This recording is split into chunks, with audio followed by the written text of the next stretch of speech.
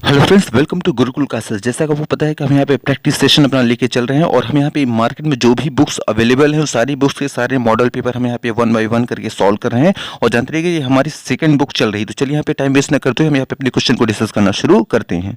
First number देखिए, question क्या कह रहा है कि पृथ्वी का सूर्य और चंद्रमा से संबंध, चंद्र ग्रहण, सूर्य ग्रहण, दिन एवं रात आदि का अध्ययन किसमें किया जाता है। देखो ऑप्शन में है गणितीय भूगोल, बी नंबर पर है खगोलीय भूगोल, सी नंबर है प्रादेशिक भूगोल और डी में है इनमें से कोई नहीं। तो जानते रहेगा इन सभी का अध्ययन किया जाता है खगोलीय भूगोल में। तो खगोलीय भूगोल देखिए कहाँ, ऑप्शन नंबर देखिए बी में है, तो हम बी नंबर को क्लिक कर देंगे। फिर देखिए सेकंड नंबर क्वेश्चन क्या कह रहा है कि जीवों के पारिस्थितिक कारकों का योग पर्यावरण है, यह कथन किसका है। तो जानते रहेगा यह कथन है ए फिटिंग का। ए फिटिंग देखिए कहाँ है, देखिए ऑप्शन नंबर ए में ही है, तो हम ए नंबर को क्लिक कर देंगे। थर्ड नंबर देखिए क्वेश्चन कह रहा है कि पृथ्वी का घनत्व कितना है। तो जानते रहेगा पृथ्वी का जो घनत्व है वो है 5.5। तो 5.5 देखिए कहाँ है, देखिए ऑप्शन नंबर देखिए सी में 5.5 मतलब 5.5, इसलिए हम सी नंबर को क्लिक कर देंगे। फिर देखिए फोर्थ नंबर क्वेश्चन क्या कह रहा है कि निम्नलिखित में से कौन अग्नेय चट्टान नहीं है। तो देखिए ऑप्शन में क्या है, ए नंबर पर देखिए ग्रेनाइट, बी नंबर पर है साइनाइट, सी नंबर पर है बेलसाल्ट और डी में है बलुआ पत्थर। तो जानते रहिए इन चारों ऑप्शन जो हमारा ऑप्शन जो डी है बलुआ पत्थर, बलुआ पत्थर जो है ये अग्नेय शैल नहीं है बल्कि ये अवसादी शैल है, इसलिए हम डी नंबर को क्लिक कर देंगे। फिर देखिए फिफ्थ नंबर क्वेश्चन क्या कह रहा है कि विश्व के ज्वालामुखियों में सबसे ऊंचा ज्वालामुखी है, तो कौन सा वो है। तो जानते रहिएगा विश्व के ज्वालामुखियों में जो सबसे जो ऊंचा जो ज्वालामुखी है वो है कोटोपैक्सी। कोटोपैक्सी देखिए कहाँ है, देखिए ऑप्शन नंबर देखिए ए में है कोटोपैक्सी, तो ए नंबर को हम क्लिक कर देंगे। जानते रहिएगा ये जो कोटोपैक्सी है ये दक्षिण अमेरिका के इक्वाडोर में है। जानते रहिएगा इसकी जो ऊंचाई है वो है 5,897 मीटर ऊंचा। जानते रहिएगा ये है, इतना जानते रहिएगा। सिक्स नंबर देखिए क्वेश्चन क्या कह रहा है कि निम्नलिखित में से कौन सी भू आकृति नदी के कार्य द्वारा निर्मित है। देखिए ऑप्शन ए में है हिमोड़, बी नंबर पे है चाप झील, सी नंबर पे है अवकूट और डी नंबर पे है इंसेलबर्ग। तो जानते रहिए कि चारों ऑप्शन की बात करें तो जो हमारा सही ऑप्शन है वो है ऑप्शन नंबर ए। जानते रहिएगा हिमोड़, जानते रहिएगा हिमोड़ जो है, जानते रहिएगा ये भू आकृति नदी के कार्य द्वारा निर्मित होती है। तो हिमोड़ आया ऑप्शन नंबर चूंकि ए में, तो हम ए नंबर को क्लिक कर देंगे। फिर जानते रहिएगा और एक चीज ये भी जानते रहिएगा जो हिमोड़ है ये हिम नदी से बनते हैं, ये भी याद रखिएगा। फिर देखिएगा सेवन नंबर क्वेश्चन क्या कह रहा है कि निम्न में से किसका निर्माण पवन क्रिया द्वारा होता है। देखिए ऑप्शन ए में है हिमोड़। अब देखिए हिमोड़ तो पहले ही आ चुका है, ये तो नदी के कार्य द्वारा बनता है, नदियों द्वारा बनाया जाता है हिमोड़ जो आकृति बनती है। और बी नंबर पे देखिए है बरखान, सी नंबर पर है गोखुर झील और डी नंबर पर है आस्तुस्तास्म। तो जानते रहिएगा आस्तुस्तास्म। और ये जो चारों ऑप्शन की बात करें तो हमारा जो सही ऑप्शन होगा ऑप्शन नंबर बी जो है बरखान। जानते रहिएगा बरखान जो है, जानते रहिएगा यह पवन क्रिया द्वारा इसका निर्माण होता है, इसलिए हम बी नंबर को क्लिक कर देंगे। एट्थ नंबर देखिए क्वेश्चन क्या कर रहा है कि प्रायद्वीपीय भारत में सर्वाधिक मात्रा में पाई जाने वाली मिट्टी है। तो कौन सा वो मिट्टी है जो प्रायद्वीपीय भारत में सर्वाधिक पाई जाती है। जानते रहिएगा वो मिट्टी है लाल और पीली। जानते रहिएगा लाल और जो पीली मिट्टी है ये प्रायद्वीपीय भारत में सर्वाधिक मात्रा में पाई जाने वाली मिट्टी है। तो हम देखेंगे लाल पीली कहाँ, देखिए ऑप्शन है, देखिए ऑप्शन नंबर देखिए ए में आ गया है लाल। अब देखिए चूंकि लाल भी होती है पीली भी होती है, तो यहाँ लाल ऑप्शन में चूंकि आ चुका है तो हम ए नंबर को क्लिक कर देंगे। अब जानते रहिए कि इस तरह दो क्वेश्चन बनते हैं।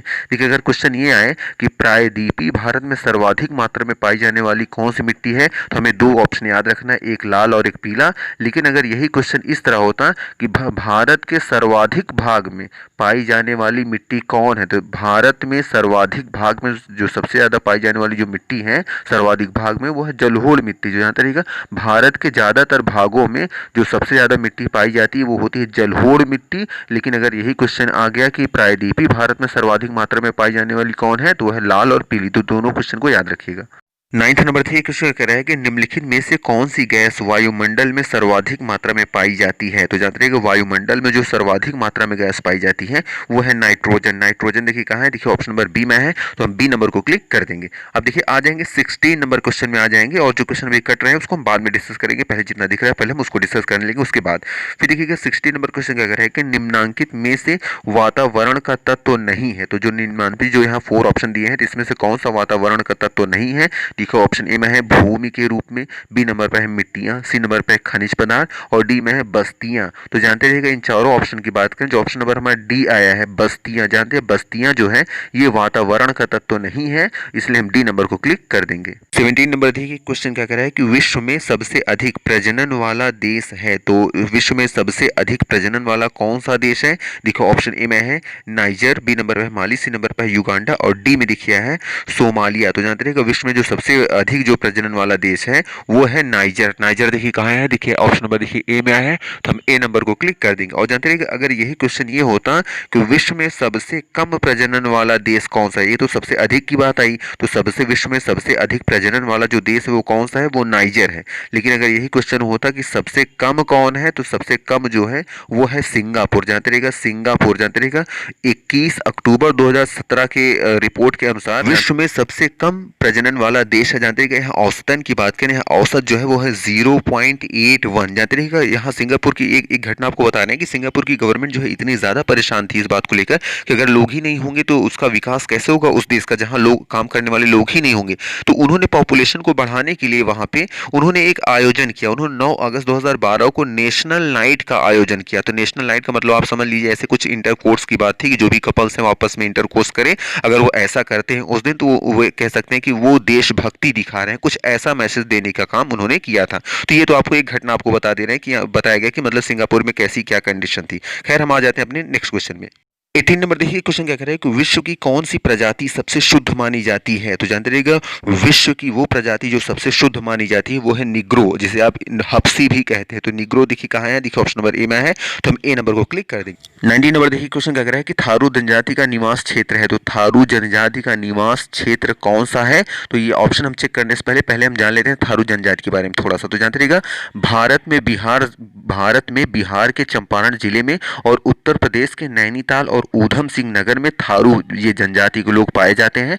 थारुओं का जो मुख्य निवास स्थान है वो है जलोढ़ मिट्टी वाला हिमालय का संपूर्ण पर्वतीय भाग तथा उत्तर प्रदेश के उत्तरी जिले वाला तराइन क्षेत्र है। जानते रहिएगा जिसका क्षेत्र लगभग 9208 वर्ग मील है।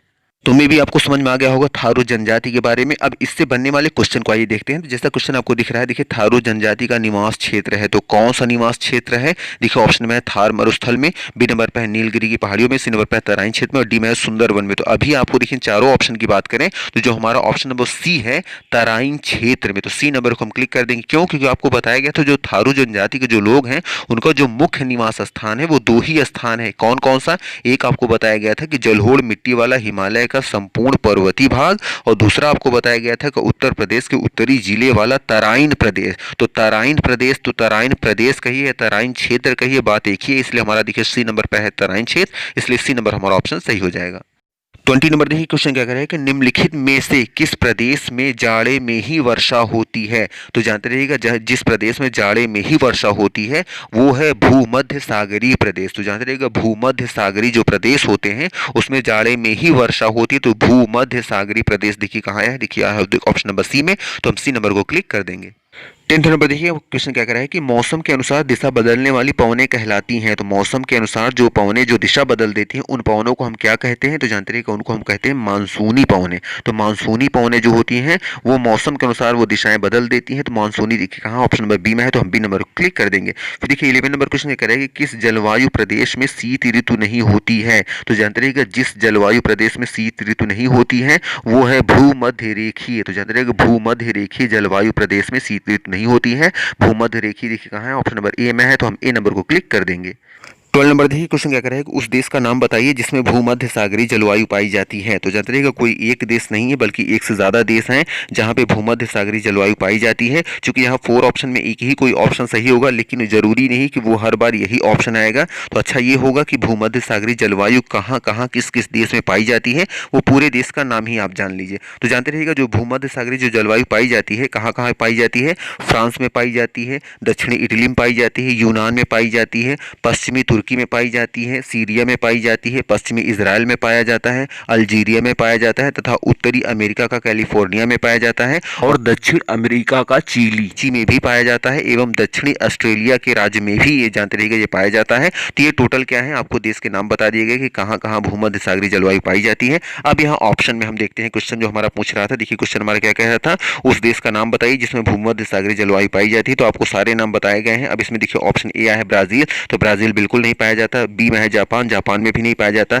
सी में है तंजानिया, तंजानिया में नहीं पाया जाता, डी में है संयुक्त राज्य अमेरिका। तो आपको बताया गया था कि अमेरिका में ये पाए जाते हैं। कहाँ कहाँ पाया जाता है? आपको बताया गया था उत्तरी अमेरिका का कैलिफोर्निया में पाया जाता है और दक्षिणी अमेरिका का लीची में भी पाया जाता है। चूंकि यहाँ अमेरिका की बात आ गई इसलिए हम यहाँ अमेरिका जो ऑप्शन है डी, तो डी नंबर को हम क्लिक कर देंगे। 13 नंबर देखिए क्वेश्चन क्या कह रहा है कि निम्नलिखित में से कौन सा समुद्र सर्वाधिक खारा है? देखो ऑप्शन में काला सागर, बी में है बाल्टिक सागर, सी में है भूमध्य सागर, डी में है मृत सागर। तो जानते रहिएगा विश्व का जो सबसे सर्वाधिक जो खारा सागर है वो है मृत सागर। जानते रहिएगा मृत सागर जो है वो सबसे खारा है। और कितना खारा है? जानते हैं कि अन्य जितने भी समुद्र हैं, जो भी सागर हैं, उनसे 6 से 7 गुना अधिक ये खारा है। तो देखेंगे मृत सागर कहाँ आया है? देखिए ऑप्शन नंबर डी में है, तो हम डी नंबर को क्लिक कर देंगे। और जानते रहिएगा परसेंटेज की बात करें कि कितना प्रतिशत ज्यादा ये खारा है अन्य समुद्र जो सागर है, जानते हैं अन्य सागरों से 33.60% ये ज्यादा खारा है अन्य सागरों से। नेक्स्ट नंबर देखिए हम आ जाएंगे 21 नंबर क्वेश्चन में। देखिए 21 नंबर देखिए क्वेश्चन क्या कह रहा है कि हिमालय का वरद पुत्र किसे कहा जाता है? तो जानते रहिएगा हिमालय का जो वरद पुत्र कहा जाता है वो कहा जाता है नेपाल को। नेपाल देखिए कहाँ है? देखिए ऑप्शन नंबर सी में है, तो हम सी नंबर को क्लिक कर देंगे। फिर देखिए 22 नंबर क्वेश्चन क्या कर रहा है कि रेड बेसिन कहाँ है? तो जानते रहिएगा रेड बेसिन जो है वो है चीन में। चीन देखिए कहाँ आया है? देखिए ऑप्शन नंबर बी में है, तो हम बी नंबर को क्लिक कर देंगे। फिर देखिएगा 23 नंबर क्वेश्चन क्या कह रहा है कि भारत का क्षेत्रफल विश्व का प्रतिशत है। तो पूरे विश्व में भारत का क्या प्रतिशत है? तो पूरे विश्व का जो क्षेत्रफल है, पूरे विश्व में भारत का कितना प्रतिशत क्षेत्रफल है? तो जान रहिएगा जो भारत का है वो है 2.4%। तो 2.4% देखें कहाँ है? देखिए 2.4% आया है, ऑप्शन नंबर बी में है, तो हम बी नंबर को क्लिक कर देंगे। और जानते रहिएगा कि अगर क्वेश्चन होता कि भारत का विश्व में क्षेत्रफल की दृष्टि से कौन सा स्थान है, तो जानते रहिएगा क्षेत्रफल की दृष्टि से भारत का जो स्थान है वो है 7वां। और जानते रहिए कि एक क्वेश्चन और इसमें बन सकता है कि भारत का क्षेत्रफल कितना है किलोमीटर के हिसाब से, अगर पूछ ले किलोमीटर में, तो जानते रहिएगा भारत का जो क्षेत्रफल है वो है 32,87,240 स्क्वायर किलोमीटर है। जानते रहिएगा फिर से बोल रहे हैं 32,87,240 स्क्वायर किलोमीटर है, जानते रहिएगा। 24 नंबर देखिए क्वेश्चन क्या कर रहा है कि निम्न में से कौन सी मिट्टी कपास की मिट्टी कहलाती है? देखिए ऑप्शन में है लाल मिट्टी, बी नंबर पे है काली मिट्टी, सी नंबर पे है रेड लाइट मिट्टी और डी में है जलोढ़ मिट्टी। तो जानते रहिएगा इन सभी की बात करें तो जानते रहिएगा काली मिट्टी, काली मिट्टी जो होती है जानते रहिएगा वो कपास की मिट्टी कहलाती है। तो काली मिट्टी देखिए कहाँ है? देखिए ऑप्शन नंबर बी में है, तो हम बी नंबर को क्लिक कर देंगे। जानते रहिएगा यहाँ काली मिट्टी आया है, लेकिन काली मिट्टी को हम रेगुलर मिट्टी, रेगुल मिट्टी भी कहते हैं। तो जानते रहिएगा चाहे ऑप्शन में काली मिट्टी आए या रेगुर मिट्टी आए या फिर कपासी मिट्टी, बात एक ही है। तो काली मिट्टी को रेगुर मिट्टी भी कहते हैं, कपास मिट्टी भी कहते हैं। जानते रहिए तीनों नाम है, कौन कौन से? काली मिट्टी, रेगुर मिट्टी और कपास मिट्टी। 14 नंबर देखिए क्वेश्चन क्या कह रहा है कि मलेरिया के प्रयुक्त कुनैन किस वृक्ष से प्राप्त की जाती है? तो जानते रहिएगा मलेरिया के प्रयुक्त जो कुनैन है वो प्राप्त की जाती है सिनकोना वृक्ष से। सिनकोना देखिए कहाँ है? देखिए सिनकोना आया ऑप्शन नंबर बी, तो हम बी नंबर को क्लिक कर देंगे। फिर देखिए 15 नंबर क्वेश्चन क्या कह रहा है कि निम्नलिखित में से कौन प्राकृतिक रबड़ का सबसे बड़ा उत्पादक है? देखिए ऑप्शन में है भारत, बी नंबर पे है मलेशिया, सी नंबर पे श्रीलंका और डी में है थाईलैंड। तो जानते रहिएगा प्राकृतिक रबड़ का जो सबसे बड़ा उत्पादक देश है वो है थाईलैंड। थाईलैंड देखिए कहाँ है? देखिए ऑप्शन नंबर डी में है, तो हम डी नंबर को क्लिक कर देंगे। और जानते रहिएगा अगर ये कहते हैं, अगर क्वेश्चन ये होता कि प्राकृतिक रबड़ उत्पादन में भारत का कौन सा स्थान है, तो जानते रहिएगा नंबर 1 पे कौन है? थाईलैंड है। और भारत जो है जानते रहिएगा चौथे नंबर पे है। जानते रहिएगा प्राकृतिक रबड़ उत्पादन में भारत जो है चौथे स्थान पे है। लेकिन अगर क्वेश्चन ये होता कि प्राकृतिक उत्पादन में भारत का कौन सा राज्य सबसे आगे है, या यूं कहें कि भारत का वो कौन सा राज्य है जहां प्राकृतिक रबड़ का उत्पादन सबसे ज्यादा होता है, तो जानते रहिएगा वो राज्य है केरल। तो ये भी ऑप्शन जानते रहिएगा। फिर देखिए आ जाते हैं 25 नंबर देखिए क्वेश्चन क्या कह रहा है कि सबसे महत्वपूर्ण वन है। तो सबसे महत्वपूर्ण कौन सा वन है? तो जानते रहिएगा जो सबसे महत्वपूर्ण वन है वो है पर्वतीय वन। तो पर्वतीय वन देखिए कहाँ है? देखिए ऑप्शन नंबर देखिए डी में है, तो हम डी नंबर को क्लिक कर देंगे। तो मे भी आपको सारे क्वेश्चन यहाँ समझ में आ गए होंगे जो भी हमने 25 नंबर क्वेश्चन यहाँ पे डिस्कस किया है। अगर सारी चीज समझ में आ गई तो प्लीज वीडियो को लाइक करना और चैनल को सब्सक्राइब करना ना भूलें। And thank you very much for watching this video. Thank you.